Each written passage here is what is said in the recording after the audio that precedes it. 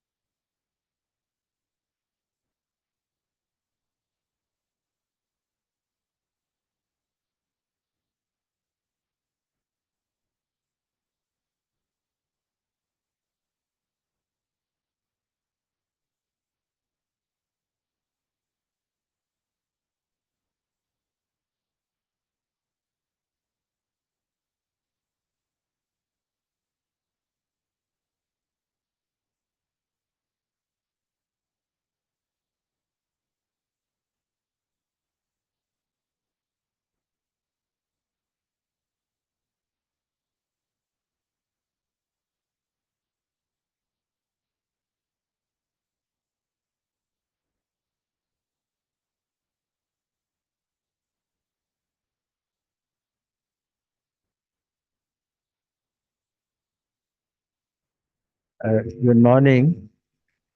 It's a rare privilege for ILBS to host and invite Dr. Padma, whom we have known for several years as one of the finest neurologists.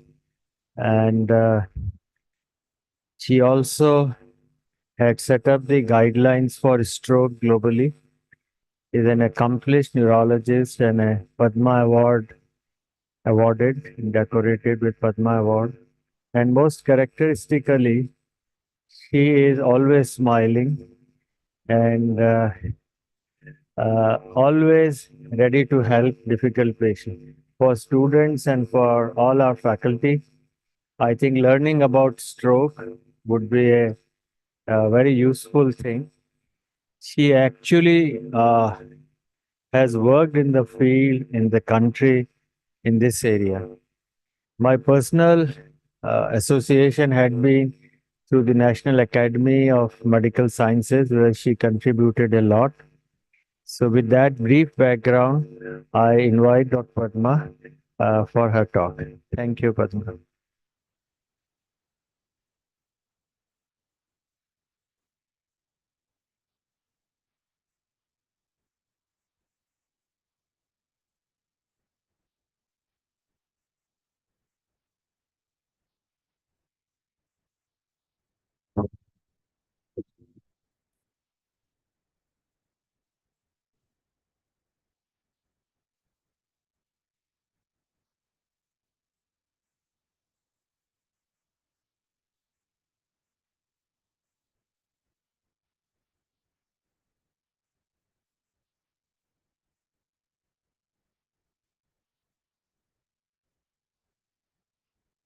Good morning.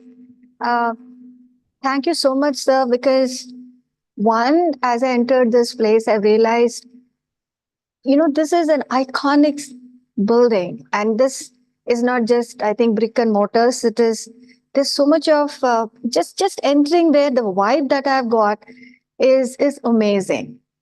And all thanks to you, I know this has not just sustained, but scaled up to international standard. And I really felt that I'm entering into another world. So thank you so much. And it is not just an honor, it's a joy to be here. And what I would like to do today is just to take you through a short journey of the stroke movement. And in this process, I also tell you the advances which have taken place in stroke management as such. So the advances I'll essentially being touching upon what's happened in acute ischemic stroke. Acute hemorrhage is also extremely important, especially in coagulopathies, especially with liver diseases. So I'll probably just briefly tell you about it because very recently that we have an ICH code. We never had much happening in bleeds. All the emphasis was on a blocked artery, which is obviously important in terms of the statistics, because when you look at stroke statistics, it's humongous, and majority would still be ischemic events. And a brief talk about how to prevent. And the last one, which is actually mostly neglected. Once there is a disability after stroke, which is mostly inevitable, then what is happening with that? All right. It's just not go to physiotherapy and then don't smoke and take aspirin. So it's gone beyond that. So this is one of our recent publications, which globally we are looking at a stroke statistics which are truly staggering. So in fact, from the ICMR statistics, as I'm talking to you now, 30 seconds there is a stroke and 3 minutes there is a stroke death happening. So that is truly staggering. And we don't even come to realize this unless within ourselves, in our own community, there's somebody which we are close to gets a stroke. And then that realization actually hits home, closer. And the important thing out here is also that you have a high mortality. Even in the best of centers, we're not dealing with a mortality which is less than 10%. And in the, when you're looking at Timbuktu, because strokes are not happening in Delhi, in Mumbai, or in tertiary care centers, which patients can reach, in areas which are socially, economically, geographically far into the interiors of the country. So when you're looking at that part of it, the stroke mortality is not small at all. And there's a huge room for improvement. And we have big problems, and there are some solutions which have to be India-centric. So the basic tenets of management of an acute ischemic event is one, time is brain. And there is a critical core of the damaged tissue and the tissue which is not yet totally damaged. The trick is to find that critically perfused, jeopardized cerebral tissue, which is loosely coined like ischemic penumbra, which can now be very elegantly picked up, not sine qua non, but gives you a fair indication by the neuroimaging methodology which we have at our disposal, whether it's CT based or MR based.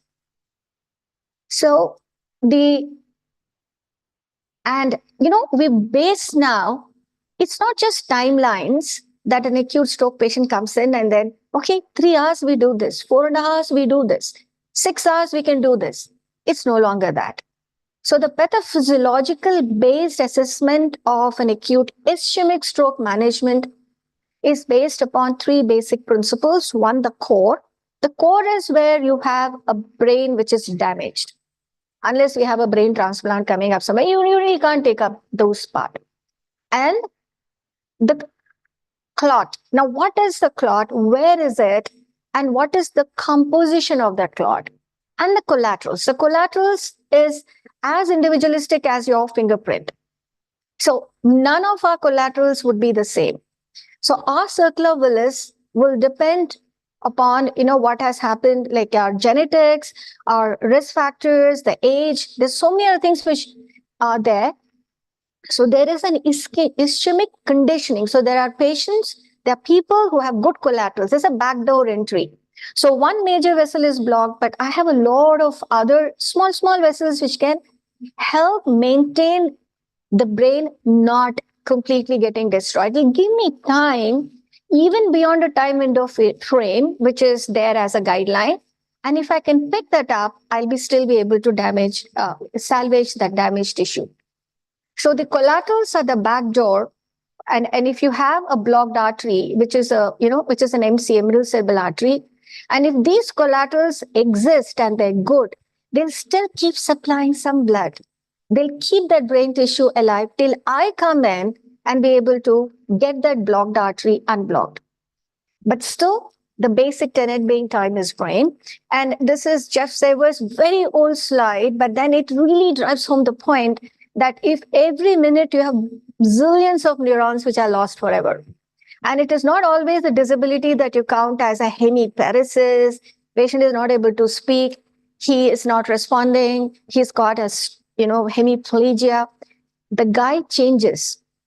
And we don't even look at the personality, we don't look at the cognition, because that's in a busy clinic we never do, nor in our emergency. So every stroke actually indelibly leaves a mark. And when you have recurrent such strokes, that's when, you become aware that this guy is not behaving normally. He's not the guy we used to know. And then you have a cognitive disability. So in fact, they say that after a major event, the person ages 36 years. So one can be 30 years old and become 66 years old. So this is actually a synopsis of what can be done at this point of time.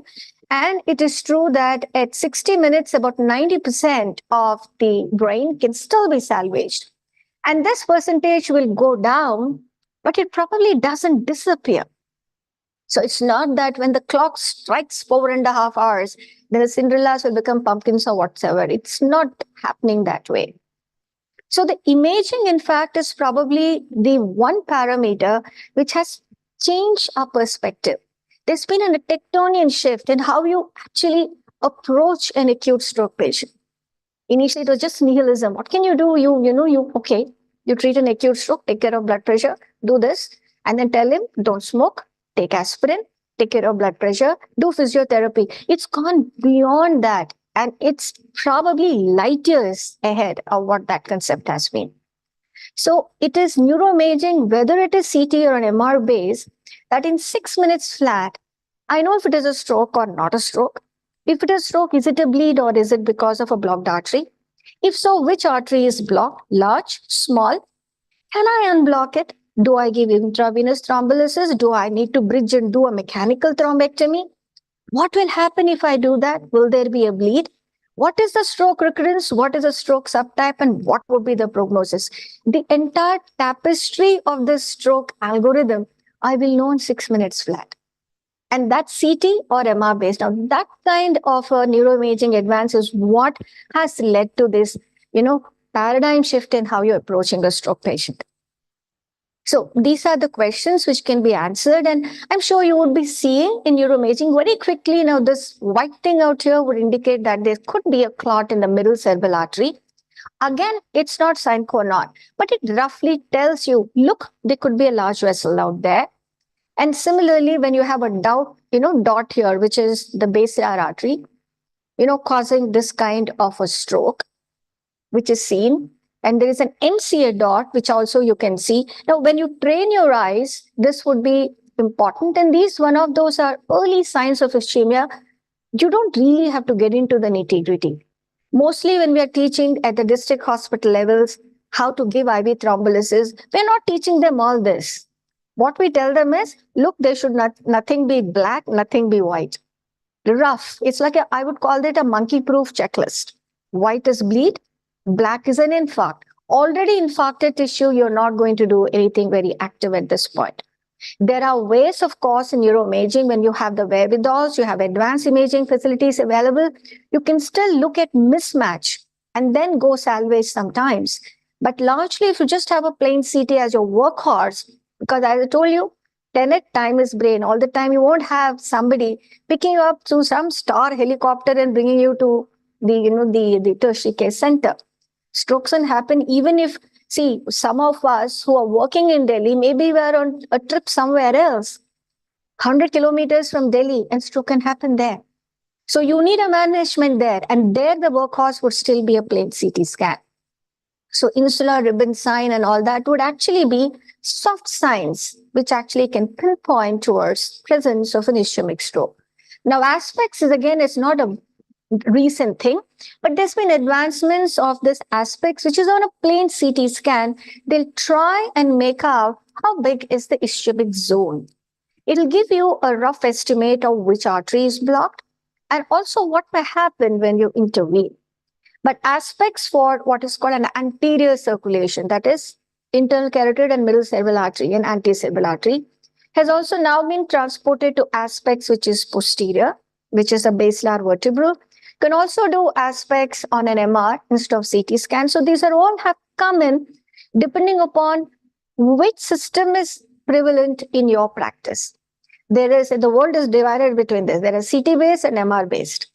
So there are guys who only watch for CT, they do CT angio, CT perfusion and everything else, or people who do MRs. Either way, you can get this information. And the angiography, as I said, very quickly it will establish, okay, plain CT, you find this line here. You do a CT angio, you'll find that this is nice, and here there's complete block.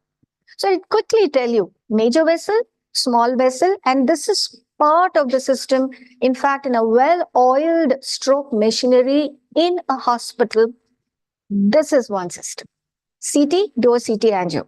And then we have the CT perfusion. There has been an issue, like, this is dead, this is a dying. There's a large mismatch. So you can get that mismatch, but not all the time you can do CT perfusion. Sometimes there is something called, what is more recent is what is called as a ghost core. Ghost core, it looks like dead, but it's not dead. And that, they said, is an overestimation of what is dead, and that is seen on CT perfusion. So world is slightly moving away from doing CT perfusion. But then what is important is, now this is the amount of salvageable tissue. You do nothing. When the patient came to you with this kind of a CT, you do nothing, you'll end up having this kind of a infarct. So and similar thing you'll find in, say, a MR. And, sometimes an MR is also important in determining what is acute versus what has already been there. The pickup rate of an MRI is again not 100%, but 6 to 16%, you may still not get it. So remember, clinical sense can never be, completely discounted for. So therefore, your technician cannot treat a stroke. You'll need to have that knowledge about the brain. So in an MR, the diffusion weighted will quickly pick up what is acute. And there's a diffusion ADC mismatch will tell you that this is acute. And so even if somebody had a previous stroke, a fresh stroke can be picked up nicely on a diffusion weighted image. Similarly, you can have an MR angiography. Again, like the practice that I'm doing right now is MR based. So everybody gets into an MR, they do the MR angio, and the diffusion and the flare, that's the mismatch that we do, which is simplest. And this whole thing you get in less than 6 minutes. You can also exclude bleeds, and this is a big bleed on an MR, not necessarily. And the target for intervention, now what do you mean by intervention? Intervention is whether I give you IV thrombolysis or I do mechanical thrombectomy. These are the two main interventions for a blocked artery. To know that, I'll have to look at what is the salvageable tissue in the brain. If I do it, will it be beneficial? Will it be harmful? Will it be of no use? Because all interventions, even if it's a government sector, carries with it energy, time, and money. And somebody needs to be accountable for doing all this. So those kind of interpretations of the presence of a dying brain, which is not dead, is seen in this, what is called as a mismatch. Now, there are people, the one that we commonly use is this, what is called as a diffusion flare. Very simple. Diffusion is acute, flare is where you have what is called as a vasogenic. So there is a cytotoxic edema, there is a vasogenic edema.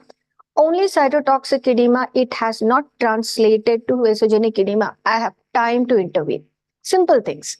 So diffusion, positive, flare, negative. That's the mismatch.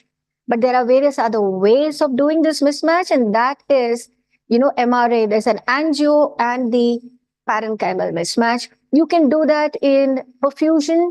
That is, you're doing a blood flow assessment and look at the brain damage. You can do collateral assay, but all that will cut into your time. Remember that.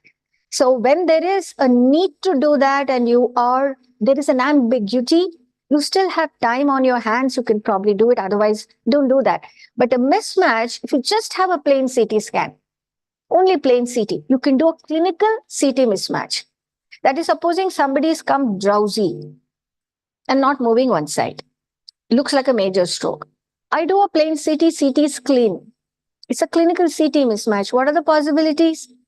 The patient may have had a, unwitnessed seizure as in postictal phase, or it is not a stroke at all. The glucose is low. There is sepsis. There is something else happening. Or it is a brainstem event which is not getting picked up on a plain CT. Or the patient actually has enough collaterals that it is still preserving a damage, but it's a major stroke. So all these things, possibilities will come up. So it's called a clinical plain CT mismatch. And in some cases at a district level, in fact, there has been a lot of talk on this. And because now you have certain lytics, which are probably easier, like you just push, like tenecteplase, you just push instead of alteplase or 1 hour infusion, and seen also to be little more safer and better in a larger stroke. They've all been evaluated in this clinical plain CT. We don't have a guideline yet, but sometimes in a developing world like ours, we need to do jugaad. And we've done that. And a lot of times, at least you can save some lives. And instead of, applying all the time international guidelines, because we don't have, we'll probably never have that kind of, economic infrastructure to deal with 1.4 billion population, and probably more. So that's the mismatch on the MRI. As I told you, this is the diffusion. And this is, on a perfusion scan, this is the area which is dying. And if you're not able to treat at this level, 3 days later, you'll find the whole area being gone. Okay. These are the bleeds which you can pick up on an MR. So whether it is CT or an MR, you will be able to know what can you do in that patient who's come to the emergency. So the current status as it exists This is essentially only for students that you have a lytic agent, whether it's alteplase or tenecteplase. Both are approved, both are freely available. In a lot of district hospitals, they're available on the shelf and free. And this is at this time 4.5 hours. But there is a way to actually pick them up, even not just endovascular, even for IV thrombolysis. They've given actually IVT up to 24 hours, especially in posterior circulations, but you need to actually pick those patients up. It's not one glove fit all. You need to wean in those patients. And endovascular treatment, 6, 8, 12, 24, and I've kept putting these dots. This timeline is actually increasing. Currently, it is 24 hours. So even within a day, they come in with a large vessel, good collaterals, you can still salvage a patient. You need an neurointerventionist on board for that. Aspen still remains. This is based on a 40,000 patient data and very, very old. That yes. And management. And this is the most unglamorous part of the whole stroke management. This is, ladies and gentlemen, big bucks. So you have a lot of advancement here in the private sectors and probably few big tertiary care centers. But this is actually such big bucks that you'll have so many neurointerventionalists, so many of them who are raring to do this. But is that going to be feasible for the entire country? Not really. What is really feasible is a stroke care unit. And that is feasible at every district hospital level. It's only a geographically designed area. You put in your stroke patients and you have personnel who have the know-how, the aptitude to preempt, protect, and immediately manage complications as they come in. And it's as simple as maintaining blood pressure, which is still a bugbear, whether it is a bleed or it is an ischemic stroke in the acute event. Take care of the blood sugar, prevent deep venous thrombosis, prevent aspiration pneumonia is basically how to position and start feeding the patient. Comes down to that. Taking care of fluid and electrode balance and nutrition and a comprehensive rehab. Positioning is so important. You have a lot of trials on head post trial, whether you put them on 30 degrees, do I put them flat? Depends upon which vessel is blocked. When do you actually... So all this is not done by a stroke physician standing there. It is by a stroke nurse. That's why stroke is not managed by an individual. It is a stroke team. And the stroke development is not by one individual. You need a leader, but it is again a comprehensive, actually a team which actually develops. So therefore, I would think the stroke care unit is a low cost and immensely successful program to better an outcome after a stroke. And the neuroprotection, ladies and gentlemen, this is a holy grail, which is still we are in search for. Citicolin, Nidaravans of the world are come, they are getting, they got some approvals, they are being used, but no, it's no big neuroprotection. So at this point of time, when you had looked at the ischemic stroke, and initially when they said, okay, these are the patients you can thrombolize, you had a long list, which actually meant you can't thrombolize. So people have looked out of the box. This was all based on some kind of, the biggest fear you have in IV thrombolysis, I may produce bleed in the brain, and there would be a problem. So it's a fear complex which actually made the initial guidelines so very strict that you didn't want anything happen to anybody. So you had a very, very small percentage who can actually come into that window period. So none really did, especially in a developing world. So currently, the only exclusion is obviously no bleed. That's a no-brainer, isn't it? You're not going to give thrombolytic in a patient who has a bleed in the brain. And the previous history of ICH is also being looked into, but at least in the first 3 months, you don't. The blood pressure has to be under control. The one parameter you take care, you'll have a successful outcome. Blood pressure. Number 1 cause of stroke. Number 2 cause of stroke. Number 3 cause of stroke. Even in a liver disease, you have a coagulopathy. It is the BP which is actually going to dictate a lot. Both hyper and hypo. Both are bad. It'll cause a stroke. It'll cause a stroke recurrence. It'll cause a bleed after you intervene. It's a bad prognostic factor. Plus, it also causes dementia.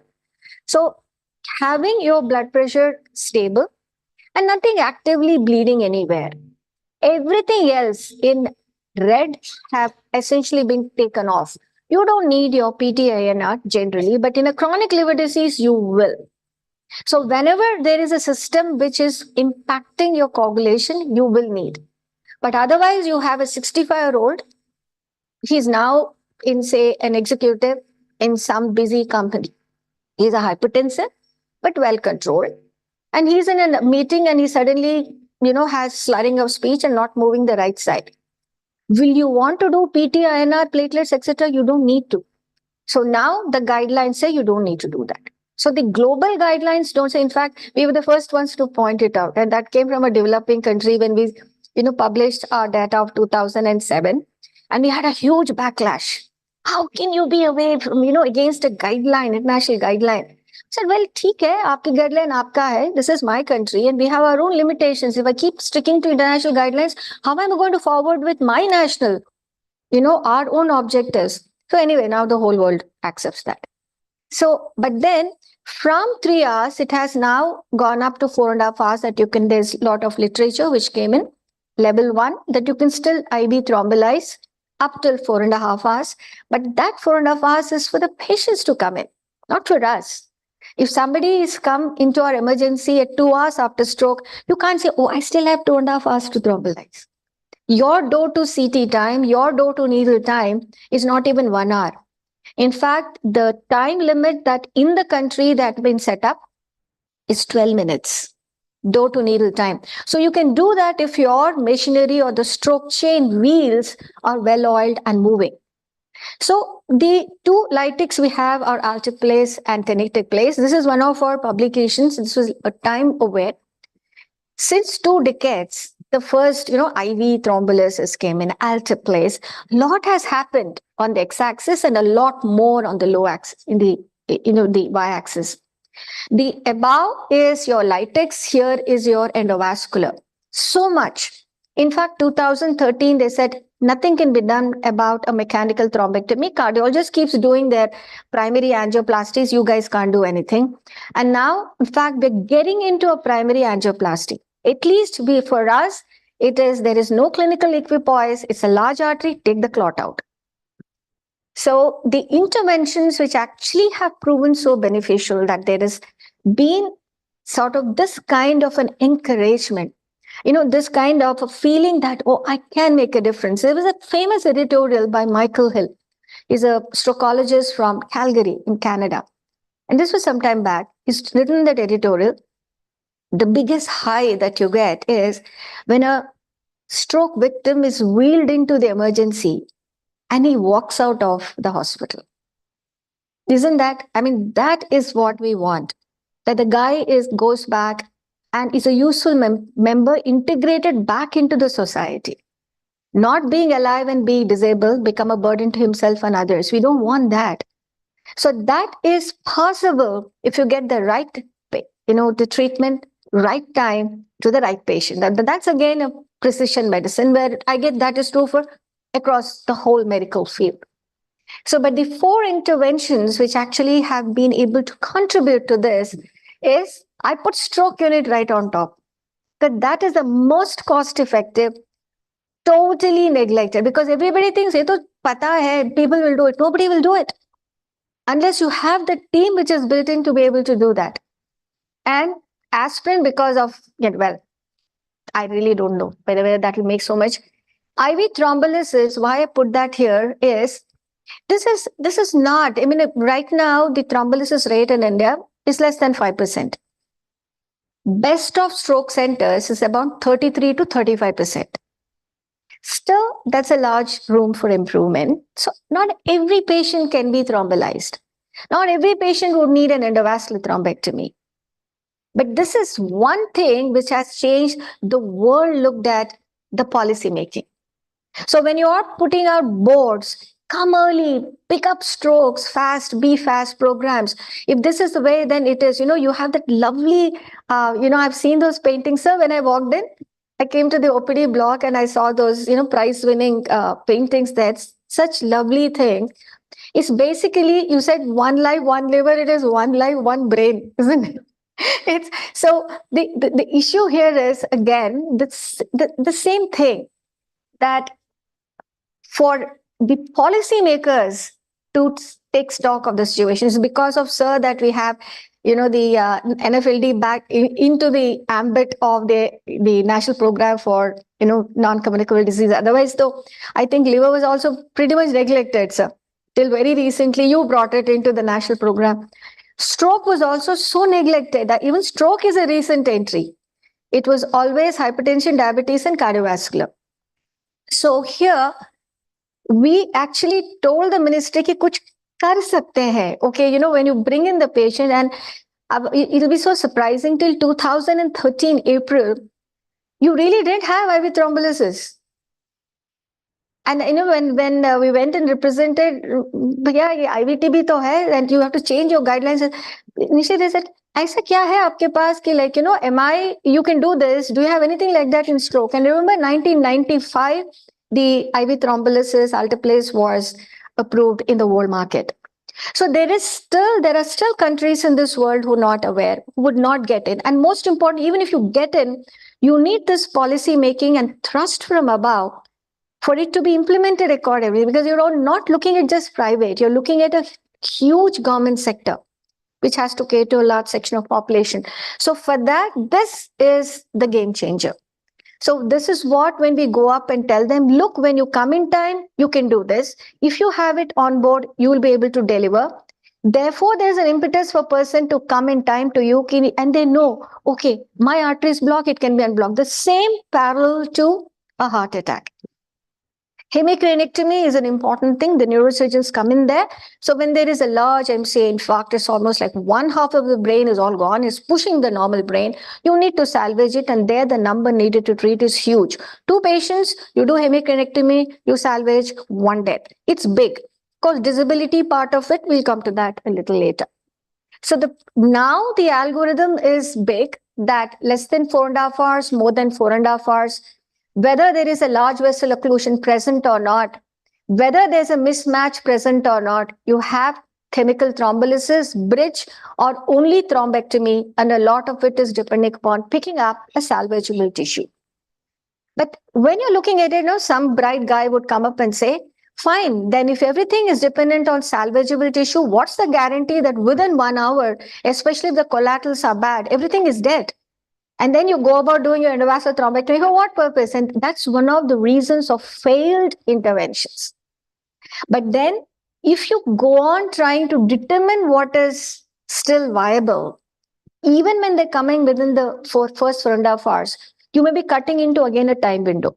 So therefore, there are looking at this kind of the probability and a large percentage not being into this kind of an area where collaterals are so bad that in the first 1 hour, they're going to have everything which is dead. The guidelines still say that you don't have to do this mismatch if you're coming within the first 4.5 hours. But this is a relevant question. And sometimes your failed interventions may be because of this. Endovascular is a game changer. I really don't want to get into this because there is absolutely no clinical equipoise here.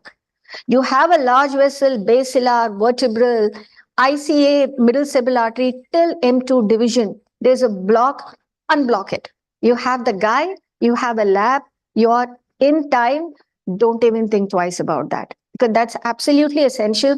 Even when you have, and this is especially true when there is a coagulopathy, when you can't give your IV Lytics.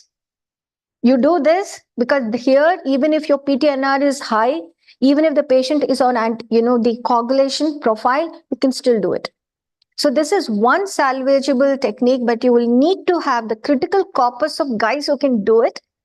And the wherewithals to be able to do, you'll have to have your lab there, you have everything functioning and do it in time. So this is how you pull out a clot, whether it is, this is a stent reaver. So now they actually have either they pull out or they suck it out. So the sucking mechanisms is called penumbra. Solitaire is the, there's another Trevo, solitaire, there's a mechanisms of, it's a mesh and they pull it out. And you combine sometimes and do this called Solumbra. So there are these interventionalists. Now, I think what been the advances, one, the corpus of those guys who can do it, thanks to our NEET FNB programs. And in fact, sir, I changed the DM curriculum for neurology in 23. It's on the website of NMC. I don't know how much is getting implemented. We said all DM neurologists should perform 10 CATs. before they get be aborted. But NMC doesn't include AIMS and other INIs. And there's a big turf war. I told you there's a big bucks. So people who don't want other specialties to come up, but there's a neat FNB program now. So we have neurologists, we have neuroradiology, we have radiology, and we have neurosurgeons who can get into this program and are able to do it. And there's a large percentage of being done in south of India and the western part of India. North, it is still less. Delhi has good number. But if you go to beyond Delhi, it's going to be a problem. Now, I'm not talking of Gurgaon or Noida. Beyond that, in Uttar Pradesh, in Bihar, in Madhya Pradesh, in the east, in the north, nothing happening. So we have states where we don't have EVTs. So this corpus would be essential because, again, time is brain. You will not be able to transport from one state to the other in time to able to get these things. But these techniques are all there and they are absolutely available. They're all over the place in India. So in 2008, if we had this whole thing very scant as to what you can do, 2021, it's busy, and 2026, it'll become busier. So that's how much you'll be able to do in an acute stroke patient. I won't get into this meta-analysis of EVT trials, and that's the whole thing. We are no longer stuck in this time window frames. So we definitely have the wherewithals to have a pathophysiological assessment and taking patients beyond the time window frames. And we are looking at a tissue and not just the time. Earlier, it was time, recanalize, reperfuse the tissue. Now we have the tissue imaging. With this, we determine the reperfusion, recanalization, irrespective of the time interval. And there's been a lot of studies and a level 1 evidence, whether it is IV or IA. Now, just like heart attacks, you have a lot of wake-up strokes. The guy wakes up and the family sees that he's not waking up, he's not talking, he's not moving one side. When did the stroke happen? Maybe it's 6 in the morning before the family woke up, or it's happened last night after dinner, or somewhere during the night. So the wake-up strokes always was stroke onset unknown. It's not that it's happened, after dinner at 10 p.m. when the family saw him last. Unwitnessed strokes. And the patient can't tell you because either he is altered or he can't speak. So in such situations, there has been a lot of studies, and we've seen that even in wake-up strokes, you do this advanced imaging, you can pick up patients who can be salvaged. That's been there by IV. IA is intra-arterial, is endovascular. And again, the bottom line is look for mismatch, look at the artery, and go and intervene. And this is true because of all these, various trials. And this, you'd find that when you do an endovascular thrombectomy in such patients who've gone beyond the time window frames, this is in fact 24 hours, you have this much of people till 13, all these guys are within MRS2. And that's what you need. MRS2 is walking with support. Okay, I need MRS 0 and 1, that'll be great. But at least you're getting them independent. With a walking stick, you're able to do your stuff. A lot of people, when an elderly, when they come, don't they come and say, thoda apne aap bathroom chala jaya, apne aap kha le, isn't it? The family would need that kind of independence to be able to get on with their lives. All the time, you won't have wherewithal having, round the clock nursing personnel to be able to take care of them. And that's possible. So whether there are large number of trials, I won't get into it. It'll be just repetition of what I told you. And that's the stroke units. In fact, this is again no rocket science. It's not, high-end infrastructure having this, some kind of a starship equipment there. No, it doesn't. It just needs those personnel. Yes, cardiovascular monitoring, blood pressure. Again, I'm coming back to positioning. We lose more patients to aspiration pneumonia. They're fed the wrong way. They're fed when they're not supposed to be fed. They're fed in a wrong position and they die. So I think these are preventable things which are so small intervention done by just nursing personnel. And also, giving the caregiver the right kind of education. Neuroprotection, I told you why we can't get this kind of a neuroprotection. Why we don't have this magic bullet? Because there's so much happening when there is an artery which is occluded. Your equations running tangentially, vertically, and all connected to each other. When there is ischemia, there is glutamate release, which is important at that point of time. But a few milliseconds later or a nanoseconds later, it becomes detrimental. So in this cascade, which that's the reason it's called it's like an avalanche. Unless I have a multi-pronged thing, something which is also able to take off excitotoxicity, to program cell death, and take off everything, or there is one magic bullet. We haven't found that yet, so we are still searching for it. Okay, the Holy Grail continues. One thing which has really changed and advanced is the application with artificial intelligence. AI has changed this world in terms of stroke, whether it is in terms of detecting in triage, in able to, especially in the remote areas, it will tell you which is a salvageable tissue. Can I do IV thrombolysis, or do I quickly ship this patient in a hub and spoke model to a comprehensive stroke center and they'll be able to do it? What is a stroke subtype? Is there a presence of atrial fibrillation which is actually contributing to this? Do I have to, my stroke prevention strategy needs to be changed? What's going to be the outcome? And the comprehensive rehab. In terms of apps and getting AI into the picture, we have AI aspects now. So this is great. But the only thing I'm a little worried about, and in fact, I have an upcoming talk on artificial intelligence and neurosciences, which is also becoming sort of, it's not a news anymore. But I do have some reservations about AI. And there is natural intelligence, there's artificial intelligence, there is an acquired intelligence, there is something called a learning and using your brain. Unless you use your brain, you lose it. So bringing AI is great, but it should not, tell us not to use the brain. Because this is one thing, I don't know about other organs, but if you don't use your brain, you're going to lose it, and that's definitive. So AI is one thing which is coming in a big way in advancing, and it definitely has helped smoothen the wrinkles which are there in the stroke delivery system and also the stroke delivery pathways, irrespective of what tier you're looking at, primary, secondary, or tertiary care centers in the country, because we have a 3-tier system of healthcare in the country. And so how do we improve this door-to-needle times? All these are there, pre-hospital notification, but that still is something which is existent in hub and spoke in private sectors, but not really existent in the government sector yet. And then you have all these things out there, which is part of the Get With The Guidelines program, but the telestroke is the one which has changed it.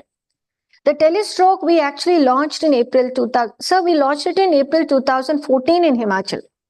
So Himachal, we took it because it's such a small, little, cute little state. There are 12 districts. 2 districts are out of bounds, Lahore and Spiti, you can't go there. The other 10 districts have a plain CT scan. And largely a government sector driven thing. Public, the private sectors are few players there. Largely it is public sector, and Himachal has one of the highest literacy populations after Kerala. I didn't know that. When we did this research, we've got that. So we started telestroke, and our model was a completely no cost WhatsApp model. So on a WhatsApp, you transfer the image. We formulated this flying a plane checklist. Flying a plane, you have check boxes. The pilots have to check it. Even if one box is not checked, the plane is not going to go off the ground. So similar check boxes, we put in that, okay, your patient has come with whatever deficit. What is a BP? What is a blood sugar? Transfer, what is a sensorium? Transfer this image and we look at the image. And also they have a fair ground that nothing white, nothing black. This is a crash course into stroke, management. The stroke physician course is existent in the world. UK it is 2 years. We don't have a program like that in NMC. And when we weighed the cost and effectiveness, it was simply not happening. So we have to have these crash courses. So we said we took in all the emergency people who are managing emergency at a district level. Now they're managing a delivery, they're managing a trauma, they're managing a heart attack. So why not brain attack? So we got in this. Again, it had to be top down. Again, had to rope in the government. And then these CMOs were all trained and we launched it. So once we launched it, it took off. When we had this, the publication which went in, this was accepted even by the international thing. But now, I don't know what's happening with Himachal. I'm no longer involved in that. But in West Bengal, it took off and they thrombolized 800 patients. They just published thing on a plain CT, district level. This is, mind you, free of cost to the person. I'm not looking at a private sector here. And it's very well being done in Tamil Nadu. They have the script model, which is a public-private partnership. So they've roped in, thing. And in Punjab with CMC Ludhiana, again, a model with the Punjab government and this. So that's gone take off. But I do believe that in the private sector also, there are a lot of hub and spokes existent in Gujarat and other places. Still, there are large sections in the country which have not. I've just been to Bhopal in last month. Sir, there is no EVT there. Entire state. And IVT is also, there are a lot of cardiologists, but unfortunately, so that there is an issue. So the core principles in ischemic stroke is all this. Yes, you know what is the parenchyma, the vessels, but time remains an essence. And this is there. Well, the same thing, right time and all that. Now, setting up a stroke protocol, I told you we need a team, is as good as this. It will turn chaos into order. And that because every team member has a defined role to play. And, when you have these definitions, they're well grooved into that system, it will run. This is a very old classification. What is causing the stroke? Large, small? Is it cardioembolic? Is it other systemic diseases wherein all the others would come in? And there's something called cryptogenic. God knows why. We have a large section of stroke in young in the country. Less than 40 years is 25 to 30%. Just like the MIs. There are various reasons. And one of the things which has now come up in prevention is pollution. It's number 4 risk factor for stroke and cardiovascular in the South Asia. India is South Asian country, whereas it is number 17 and 19 in Americas. So, that's the kind of, so for us, the pollution is especially particularly 2.5 matter has triggered strokes. It is well established. It's got level 1 evidence now. But in this cryptogenic, we also have now something called ESIS, which is embolic stroke of undetermined source. That earlier they said, okay, we do large artery, nothing there. Cardiac, no vessel, no problem, no AF. So this becomes a non-lacunar, but it is some embolus somewhere. Now we brought in 3 major things. One is atrial cardiopathy. Second is D-dimer. You estimate a D-dimer, you're looking for a procoagulant situation, which is related to malignancy. And the third is pro-BNP. So when you have a high pro-BNP, you're still looking at a cause where you're looking for a covert AF. That's where the device picked up AF. You have this ELRs, the extended loop recorders, which can go on for a month also. Now what we have right now is a week. You can repeat it, get the covert AF and treat it. Because your stroke prevention there is beyond aspirin. It has to go beyond that. So that's been an advancement. And so on all the risk factors and in the preventive aspect, this is where we found that you have air pollution, South Asia, ambient air pollution in South Asia is number 3, it's not even number 4. BMI is number 4. One, of course, remains blood pressure. And of course, diabetes. But number 3 is air matter pollution. Look at this. This is 12, 13. Globally is 4, and South Asia it is. East Asia is 2. I don't know which East Asia is where. I don't know. Whatever. I'm more interested here. So the pollution and the particulate matter has now definitely been important. And then everybody gets an aspirin, fine. But I think this is maybe it's been given by Moses, but we have to go beyond that because there are a lot of questions here. Is aspirin the only thing which you can do? What about the combos? You have double antiplatelets, you have triple antiplatelets, you have a combo of anticoagulant and antiplatelet. What is the role and where do they come in to prevent a stroke? So earlier they had this, and this is an old one. They found there's something called SN risk score. So you may have a 65-year-old, he may be hypertensive, maybe diabetic, and had a stroke. So what is the risk score? Maybe 3. But there may be somebody who is 75, is hypertensive, is diabetic, had a cardiac disease also, has a peripheral artery disease, continues to smoke like a chimney. What would be his risk? Definitely higher. In such a situation, they found that when you have a single antiplatelet, risk is high, your recurrence rate is very high. So it can again never be one glove fit all. So you have to individualize when a stroke patient comes in as to what is the regime which you can give to be able to prevent a recurrence from happening. Because the recurrence is really high in the first 3 months, definitely high in the first 48 hours, and mostly all goes off within the first 21 days. Mostly our cutoff is 21 days. So the newer guys on board are ticagrelor and silastazol. We don't use prasugrel and cangrelor. We use ticagrelor and silastazol now. And there are a lot of combos, whether it is aspirin, clopidogrel, which is favorite for cardiologists. We also have aspirin, silastazol, aspirin, ticagrelor, which is also really favorite of cardio. And we have aspirin and a low dose neuroanticoagulant like apixaban, rivaroxaban, and dabigatran. These three are available with us. So the indications have been for minor strokes, for intracranial atherosclerosis, and for atrial fibrillation. And there are a lot of trials on this, a big evidence. And largely they found that whichever way you see in these kind of minor strokes, giving a combination the first 21 to 28 days helped. Definitely. So when somebody is coming with a minor to moderate stroke, this is what we do. We definitely, in a small vessel disease, minor stroke, we give double antiplatelets and we switch to single antiplatelet after 1 month. And there is evidence to say that. And then it's symptomatic ICAT, that is intracranial atherosclerosis. We have a lot of trials, and we have an ongoing trial also now from AIIMS with the ICMR. We're giving this double antiplatelets when they have a large vessel stenosis inside the brain, M1 occlusion, M2 occlusion. In such situations, we're giving double antiplatelets for a year and seeing if that is better than just, but the international guideline is 3 months. And so for silastazol, we've got, this is a product of the Far East. It came from China and Japan. And that's there in their guidelines. The West has not accepted it, but I think this has definitive value. So those patients who bleed with aspirin, you give 75, they'll bleed, especially when you have a chronic liver disease and other coagulopathies. Little bit of aspirin, they'll bleed. What do? Clopidogrel is even worse. In such situations, try silastazol. Actual dose is 200 BD. You can give half of the dose and see, because that bleeding risk is much, much less compared to the other antiplatelets. And so there are now recommendations which have come in 2019 that with a grade A recommendation. Well, I've already told you this.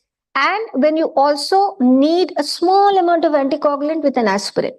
This happens when you actually have a thrombus sitting there. Large artery, sometimes you'll see the thrombus waving like this. You'll say, hello, I'm here. And sometimes you can't take it out. Then in that situation, you have to put these things on for about a month. So that will give you time. Why? Because my stroke recurrence is highest in the first 1 month. That is where I hit really hard. After that, I quickly de-escalate because I give the same thing for a long period of time. What happens? There'll be bleeding in the brain. It'll offset my outcome. So this has been their aspirin with rivaroxaban. AF, it's a no-brainer now. You have atrial fibrillation, please anticoagulate. Just aspirin won't help unless, you have a situation where you can't give it. There are a lot of scores. Chatsworth has been there for a while. You will be able to know the risk of having a stroke if there is AF. But for a stroke person, it doesn't matter because they're coming to us with a stroke. And that's enough to put them into an anticoagulation. And the VKA, there's 100 problems with our warfarin. And I think in India, we have worse situations. It's not just diet interactions. And, they have a therapeutic range which is so narrow. Less, there'll be a stroke, which is thrombus. More, they'll bleed.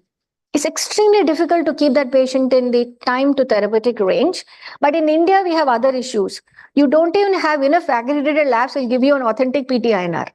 They'll keep changing, isn't it? And you don't have it available in the boondocks of the country. A lot of villages and district hospitals don't even have it there. So that's the reason a lot of our cardiologists don't put them. Even in rheumatic heart disease, they never used to put them on on warfarin because they'll come back with bleed to you. But now things have changed. And we have a NOAC which is there, and all three of them, rivaroxaban, apixaban, and dabigatran are available, and they've also gone down in cost. That is the big reprieve. When it came with a big upfront cost. Now they are all easily, affordable. Large amount of trials which have said that.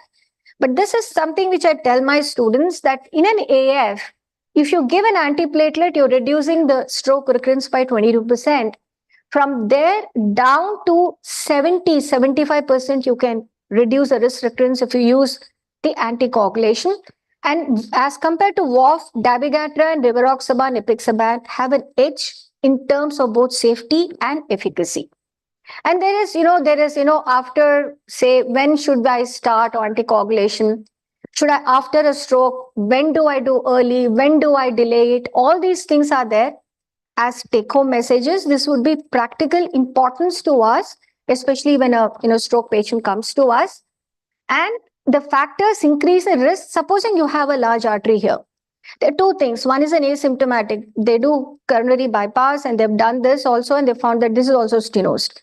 There are a lot of caveats there because it's the same artery, whether it's coronary, it's carotid, they're all the same vessels in the brain, in the body. So there is an asymptomatic where brain is still okay. There is symptomatic when there's been an issue. And sometimes when you do an MRI, there's a lot of silent ischemia, a lot of white matter changes happening.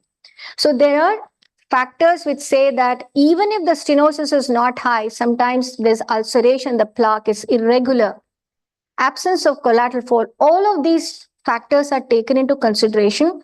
Currently, the evidence is in terms of doing the carotid angioplasty and stenting. The latest CREST-2 trial, which got published about 8 days back, which also says that as against carotid endarterectomy, you should do angioplasty stenting. The only trouble is angioplasty stenting, you're on double antiplatelets. Endarterectomy, you're on a single antiplatelet. And rehab. Now, the reason I put rehab is this is the really neglected part. Sab to kar liya hai, patient has disability, has a stroke, cognitive, can't speak and can't move. And then you tell them, okay, do physiotherapy. Physiotherapy is one, dumping ground. Go see the physiotherapist. It's gone beyond that. So we have dappled with stem cells. This is one of our patients who, this is from our Center of the Excellence of Stem Cells. This is from AIIMS. One of our patients where we had this mesenchymal stem cells, which are expanded in the animal serum-free media in the cell culture. And this is how the mesenchymal stem cells look after 28 days. This is the naive mononuclear stem cells. And, one of the visually impactful thing, one patient who did well before and after functional imaging, which shows increased activity on the functional imaging, correlating with the clinical improvement. And we've done diffusion tensor imaging, looked at the tracks, looked at the tractography, the longitudinal transverse, and we've been publishing since 2011, a lot of things. It's still a gray zone. There's no level 1 evidence that, you have disability, go get stem cells. What stem cells, how to give, intravenous, intraarterial, what kind of stem is autologous, any other stem cells that you can give, how much, to which patient, how big should be the infarct, can I do it in hemorrhage? Still, there are gray zones. Any one of you can answer one such question, you'll get a Nobel Prize. The reason is it's still a holy grail. So it can never be that, the way some of the private sectors say, chalo hum stem cell de denge, and they give something underneath the skin. Some stem cells, it doesn't matter. It's actually criminal. So does it have a level 1 evidence and a grade A recommendation? No, it is still a research realm. And in physiotherapy regimes, we've done, again, a low-cost methodology beyond just doing some hath-pair ko movement kar diya. No, it is a science of how a rehab is done. And now there is level 1 evidence to do repetitive transcranial magnetic stimulation. This has got approved in 2024 in the International Stroke Conference in Phoenix. This was actually been published, and it's now that the US said yes, the whole world is practicing. But RTMS has always been there, and we've done a lot of studies from AIIMS along with IIT Delhi. So here, the repetitive TMS has got a background in terms of improving spasticity, improving power, improving speech, and improving cognition. These are the main things and the main disabilities. We still don't know about visual field defects and other things which are also very important in terms of disability. But how much to give, both the hemispheres, what kind of frequency, where are you targeting? There are definitive protocols. Well, what I'm seeing, sir, in Gurgaon, especially in private sector, this is another new toy.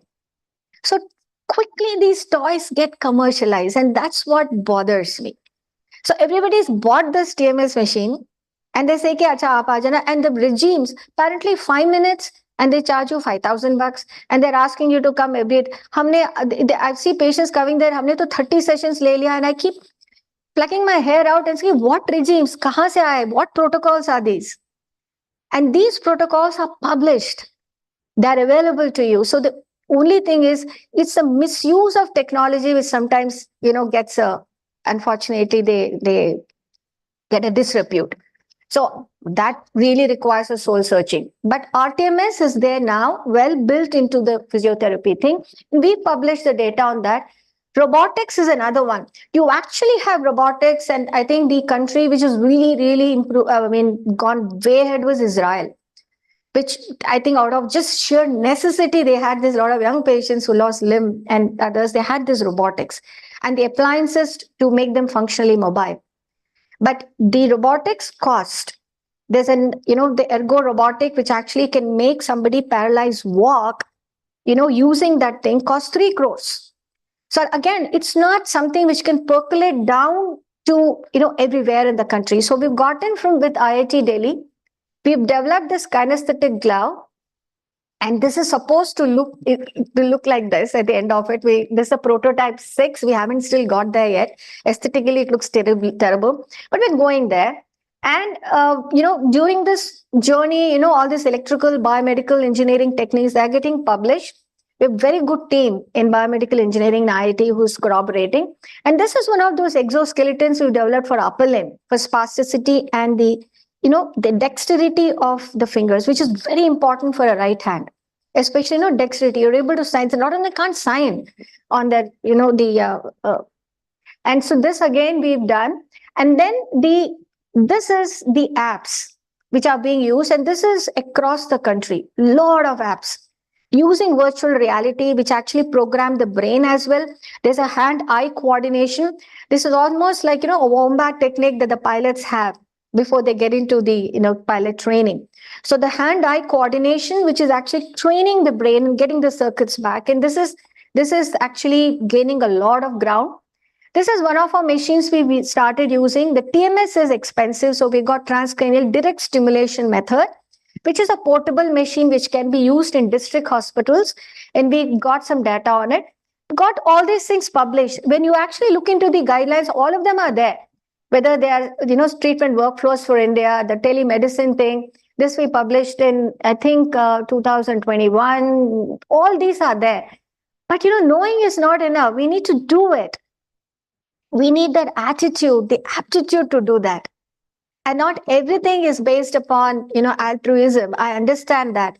Just yesterday, we had a webinar with the Ministry of Health, and they've got about 800 odd district level, the personnel, physicians up there to get a crash course on, the stroke. Dr. Jairaj Pandian was there. He's the president of World Stroke Organization, and we were the 2 resource people. So there again, you're giving them, yes, but the district person who's doing it should get an incentive when he does it. Whether it's monetary, whether it is something else, that one can decide. But it is human nature. When you say Sabash, you get that energy to go ahead. So now I think you to understand the human behavior, and that's called noetic science. I found out this very recently. So noetic science, I didn't know that such science existed. Noetic science is knowing. It's an inherent feeling. It's like, you look at a girl and you say, Dimag ki ghanti baji hai. This is the girl I want to get married. That is noetic science. How does it happen? That gut feeling. And there is a science behind it. They say that, its consciousness is universal. It is multitude. I am one. And this is across all religions. They teach this. When you say Om, they feel that there's a connect with the universal consciousness. So there is a science out there which is beyond what we practice as medicine, as hardcore. And it's not, everything is not chemicals and neurotransmitters and hanging in balance because of electrical charges. Beyond that. So that's where I think, your aptitude comes in. Primum no non-share, primarily do no harm. That's a Hippocratic quote. So that's holistic medicine. And these are the 3, usually, for laughs, of course, but then it really carries a message. This is the guy who's ordering everything. And they say, give me an aspirin too. That's not going to work, isn't it? And then this is not the way, obviously, you walk the dog. When we say you walk the dog every day in the morning, so he says yes. And everybody dies. Everybody, they say life is short, but journey is long. And it's the journey which actually defines who we are, isn't it? Thank you. Never ever give up on your stroke patient. A bigger round of applause for Dr. Padma. He not only told us about his stroke or about the nuances of managing, but so many other things with your vast experience. We are really very privileged and very happy. And I think the Institute owes you a lot. Thank you, Padma. And I wish we had more time for personal interactions with people. I also want to announce we have two new faculty members who have joined ILBS. One is Akanksha. Is she around? In the Department of Psychiatry. And Isha, if she is around somewhere, Isha has joined in the Artificial Intelligence and Machine Learning. So welcome both of you to ILBS family. Thank you. And one more time, Padma, real greetings. Thank you. Some tea. So if you want to have